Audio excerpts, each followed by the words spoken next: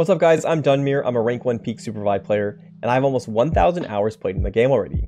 With that, I'm going to give you guys a Void build guide, talking about what I think the best item builds are for him, the best power setups, and what the best level up order is for the character, including which ability you should put to level 3. Starting off with this, we're going to jump right in and we're going to talk about the items for Void. So, Void actually doesn't really have that much diversity in his character build. I probably sound like a broken record if any of you have heard my other videos, but the damage-oriented characters don't get a lot of value running tank items. I think maybe in the future, if they mess with some numbers, maybe Void can, but Void is very combo-based. And if you don't have the ability to like finish off characters with your stun, with either of your stuns, your ultimate or the actual like Void Snap stun, the character kind of falls apart, right? So you really, really need that threat. Having said that, Void just doesn't really get much from a lot of the stuff in the game, right? He isn't like incredibly mana intensive, so mana blades are like probably something you should go with, but not 100% necessary. But he doesn't get much value out of some of the movement items because of the way his dash functions. And he definitely doesn't get any value from any of the tank items, like I said, or the vamp items, because honestly he just doesn't put like that much raw damage out. And if an enemy is like on top of him and he's having to like trade a lot of HP to secure a kill, like he's probably going to die pretty shortly afterwards. So having said that, and the most primary reason why Void doesn't have that much build diversity is because Void is not a real character until he gets certain powers, right? I'll discuss it more in the power section, but he gets insane value from Blink and Grappling Hook. Those are just like mind-numbingly crazy for the character. They take him from being like this generally weak character to being like just dumb levels of broken.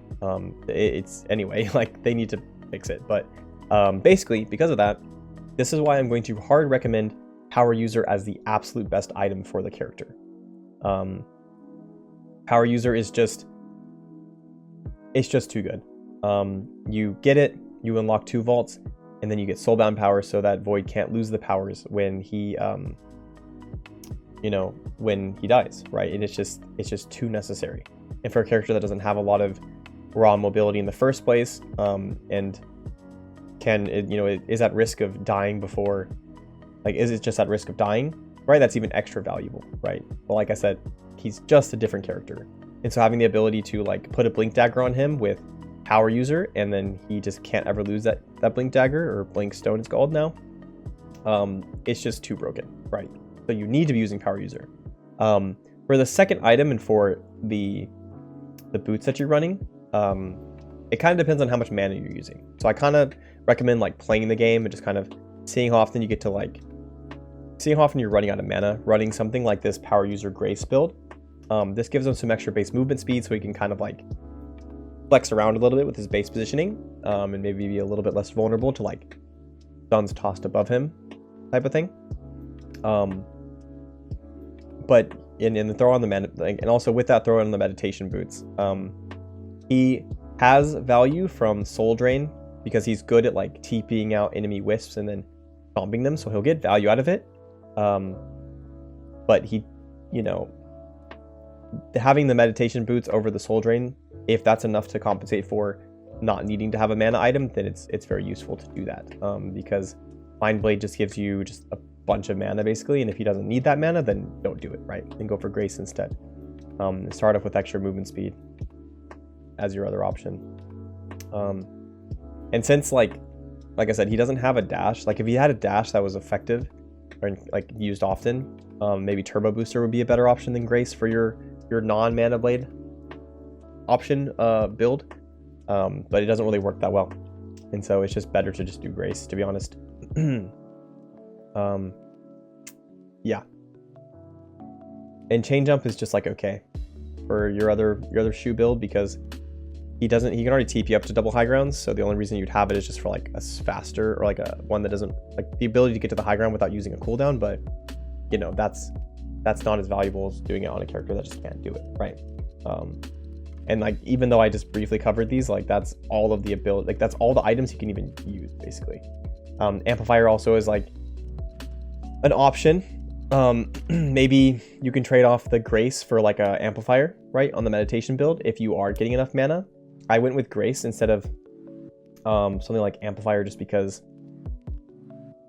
the meditation, like the amplifier can be useful for spamming out his like Q ability, the ranged black hole placement.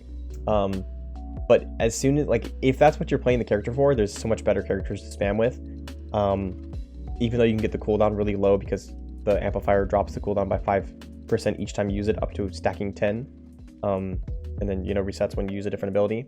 But that combo that he wants to use when he has this blink dagger or this grappling hook is to place down his black hole and then TP onto that location that he placed down the black hole. And then use the grappling hook to go dash onto an enemy and suck them and pull them back into that damage, right? And that completely is useless with Amplifier. So anyway, having said all that, that covers all of these items. And I did it so briefly, and like I said, the character just doesn't have a lot of options, so that's about what you're going with. Power User Grace is probably just your best option with Meditation Boots. Or if you're running out of mana, just hop on a Mind Blade instead of the Grace. Have fun. Alright, so now getting into the actual level up order. I always recommend starting off with the dash on any character, so for Void that's his swap. Again, people will always be, oftentimes be recommending going for the damaging attack in first, which would be in this case like the Void Bomb, just because it can clear a whole camp. But if enemies drop on you, you definitely want to be having your dash. Always do dash if you're fighting.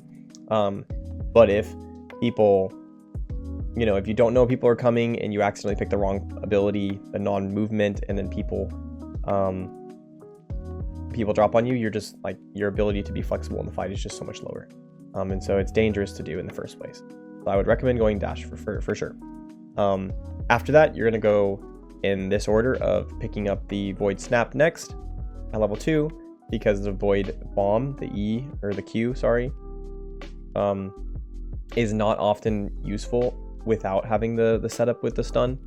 So do it in that order. From there, for your level 4, you're not getting like all that much value out of changing up the swap or doing the other option. Your for your Void Snap, specifically the Void Snap has like a pretty low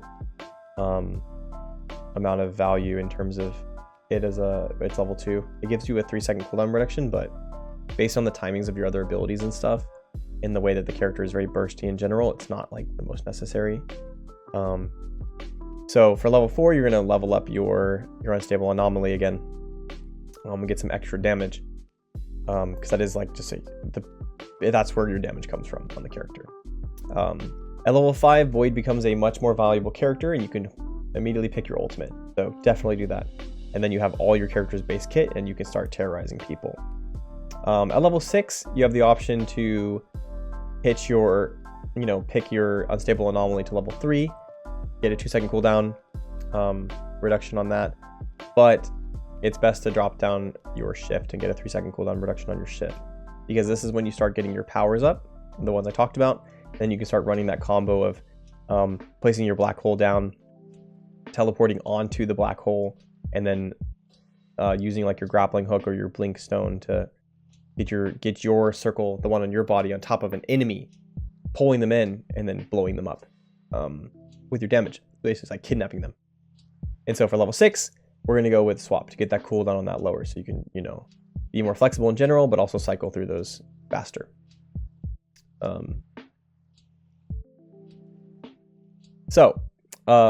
With that, for level 7, we're going to max our Unstable Anomaly to level 3.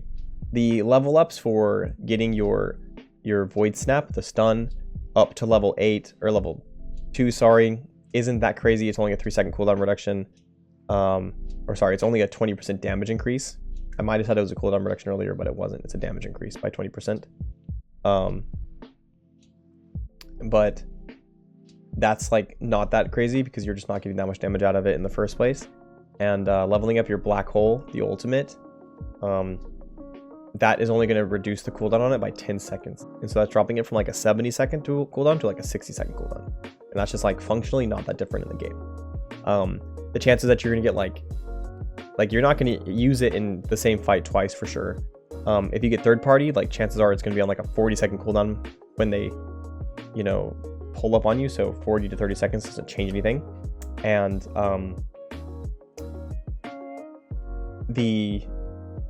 like if you kill the whole enemy team, you get a reset anyway entirely because you get all your cooldowns back. So you don't need to level that one up until the very, very last. All right, so now we're moving on to the powers for Void. Void, I'm going to talk about a little bit different in terms of this. I'll go the same way I do with my other build guides where I talk about how this tier list I have here is essentially like my take on how you should think of powers in a battle royale. Like you want to understand that they're all random, right? You don't guarantee what you're going to get. And so you should have this kind of idea in your mind of like how things compare to each other. And so these are all like usable powers you should pick up. You should trade out the usable ones for strong or perfect ones when you run into them, or trade out the strong ones for perfect ones when you run into them, etc. Having said that, I'm going to do it a little bit differently because Void is just an obscenely broken character when he has specific powers. So you should imagine that this perfect section that I have here should be like 3 tiers above where it is, right? It's just, the difference is obscene. Void, when he has these exotic powers, this delicate disguise, blink stone, the invisibility cloak, and even this grappling hook, which I really should have put in perfect also, if I was to redo this, those powers are like game changing, right? They take him from being like relatively weak to having like very limited range to being able to turn himself into this kidnapping projectile. Well, like I said, you put down your Q, TP on top of it, then use your blink stone or your grappling hook to pull yourself onto people and then pull them in, like to TP onto them and then pull them onto the bomb and explode it. Or you have these invisibility items that give you guaranteed ultimates. Like you literally walk up, people can't tell where you are. You know, the invisibility cloak here, or on the top right, or the delicate disguise, which does the same thing permanently when you're full HP, in the top left. And you just walk up onto people, they can't see you're there, you pop it and you explode them, right? And you just drop your ultimate on them, and you can guarantee you get your ult off on them, and then they're guaranteed to die, basically. So that's like your core, most broken things, and you should always be looking for these. Anybody gets any of these items, they instantly go on you, is on your team, right? Having said that, there are some other things that you should also be looking for that are like, you know, similar replacements, or not similar, but will still get you value. Any movement item on Void is going to be powerful. Like having the hover wings on the left of strong are going to help bypass some of like his movement weaknesses before he gets these things that are just dummy busted. So the hover wings or the glider jets that are both in strong there on the left are really good. You can have something like this brushwhacker here next to the glider engines to be a worse version, but still usable, still strong version of the invisibility items. Or you can have powers that are going to help you like lock down areas, right? Or lock down areas and or like just stuff people in locations, right? And so you're going to have things like this anti-mobility field, that's the purple one on the far right of strong, the trunker cannon, which is the second one in the yellow dash category, or the laser in the usable category in the bottom right. These are all things you can use to like hold people off of you, that when Void is like doesn't have his busted, I'm crazy, like absolute demon mode powers, he can keep people off of them just long enough to poke them through walls, or like force them to do something dumb, to like jump on your team and force them in awkward locations that he can hit his huge ultimate onto them with. And so those are like just really crazy busted things that you're looking for, right? There are a few other options like the rally march in the bottom left corner to just get some extra movement speed, considering Void's so lacking in that, or the sand wall to like give him a little bit more survivability in the middle of the fight, or a niche little fun exciting pick which takes a little bit more skill is the bungee. the bungee, which is next to the grappling hook in orange, that one can be used as a movement option. You pop that up in an area that you expect to be pushed in. It's going to stop people from pushing from that angle if you do it correctly. Make it really hard, especially with your primaries, like putting it extra slow on people, your primary fires. Hit someone with that, they're going to get cucked by the thing. They're going to get knocked around. It's going to be hard for them. And then they're going to get, they're going to be unhappy. But if they, if things get awkward or you want to aggress into people, you can either jump into the bungee to like yeet yourself away, or walk away and then use it later to jump away as an extra movement dash, or literally jump yourself into the enemy team with the bungee, set it up so that you can, like jump into it and boost yourself into the enemy for a free dash cooldown that you could pop your ult out of afterwards. Or you can pull people together and try and pull them towards you so that you can stun them with a void snap. There's a lot of cool things you can do with it. It's nowhere near as powerful as these like the grappling hook and then the top three that I said are just like this I win buttons. But it's still really, really powerful. Thanks so much for watching, guys. If you have any questions or have anything to say, go ahead and throw them into the comments below, or come follow me on my Twitch and my YouTube when I'm streaming, and go ask them there.